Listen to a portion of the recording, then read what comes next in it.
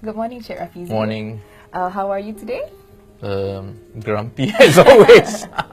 It's a bit early in the morning. Yeah, It's yeah. okay. So let's get straight to it. It goes without saying that one of the underlying factors for Pakatan Harapan's victory is, your relentless effort as well as your team to expose scandals that plagued the previous government. As a repercussion of that, you've been remanded, you've been held in lockup, and you possibly face a 30-month jail sentence. What was that like for you, and are you afraid of what's to come? No, I think I signed up for the job. People kept asking the question, why did you do certain things? What motivated you to do certain things beyond, I suppose, what I expected? I don't know about other people, but when I signed up for a particular job, I wanted to do a good job at it. It's about me. It's not so much about trying to please people or trying to be a hero, trying to get attention. I signed up to be an MP, and that was my understanding about what the duties and roles of the MP. And it's a mystery. I liked it. Otherwise, life as an MP is actually quite dull. To me, it's a job. I wanted to do a good job. I gave my best. The consequences, I signed up for it. And it was always a choice between do I lie or do I tell the truth? There's always a first time for everything. There's always a first time for going to lock up, You have your fear initially, after that you conquer it. After that you thought it wasn't that bad after all, So, yeah. Okay, you've mentioned in another interview that you no longer have interest in government service, minus your position as PKR Vice President. What will you be focusing more on instead? I made a promise to myself and to my wife and to my child that at least, I have this 1 or 2 year gap. I wanted to have time with my family. I wanted to build some career, and also I have to earn money, a living for myself. The best combination to achieve all that is to basically not join government service. I've mentioned specifically to Dato' Sri Anwar, to Kak Wan, as early as 2-3 years back, that even if Pakatan win this election, I had no interest to join it. I wanted to regain some of the normalcy in my life. I'm back to doing what I like best, which is I have a firm that I run. There's about 80 staff who used to work for me in the campaign.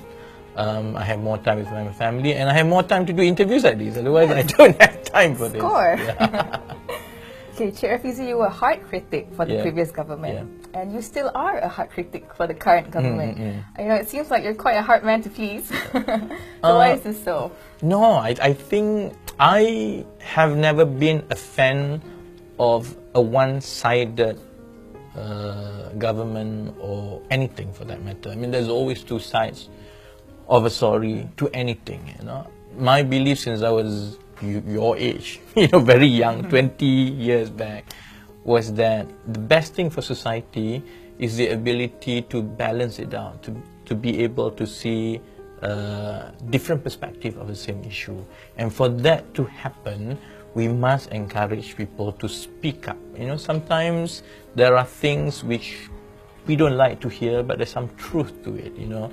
In the long run, if you don't actually point out some of the most basic principles from the very beginning, if you allow, just because you want to be politically correct, if you allow some of what I feel, key points, key principles that you must adhere to be trampled, some points here and there, it actually will corrupt Pakatan Harapan. The reason BN became BN was because people just basically swallow everything for fear of how it would affect their position. And then if we lose that discipline as a government, it's quite dangerous. It will make us out of touch with the public. So having a constant view pointing out, especially internally from among us, I think is a healthy thing. In relation to that, Cik Rafizi, what do you think people misunderstand the most about Pakatan Harapan as the federal government right now? I think everyone is confused about what to expect. There's some very clear partisan line in terms of the for and against Pakatan Harapan, those who support Pakatan Harapan because of the reform, because of the changes, because of actions taken against Dato' Sri Najib. That's drawn along partisan line. Those who hammer Pakatan because of allegedly erosion of Malay rights and becoming less Muslims. Those again were drawn along Pakistan's line. But I think by and large, the general public actually still adopt a wait and see attitude. I hope they constantly remember that they are being watched every second.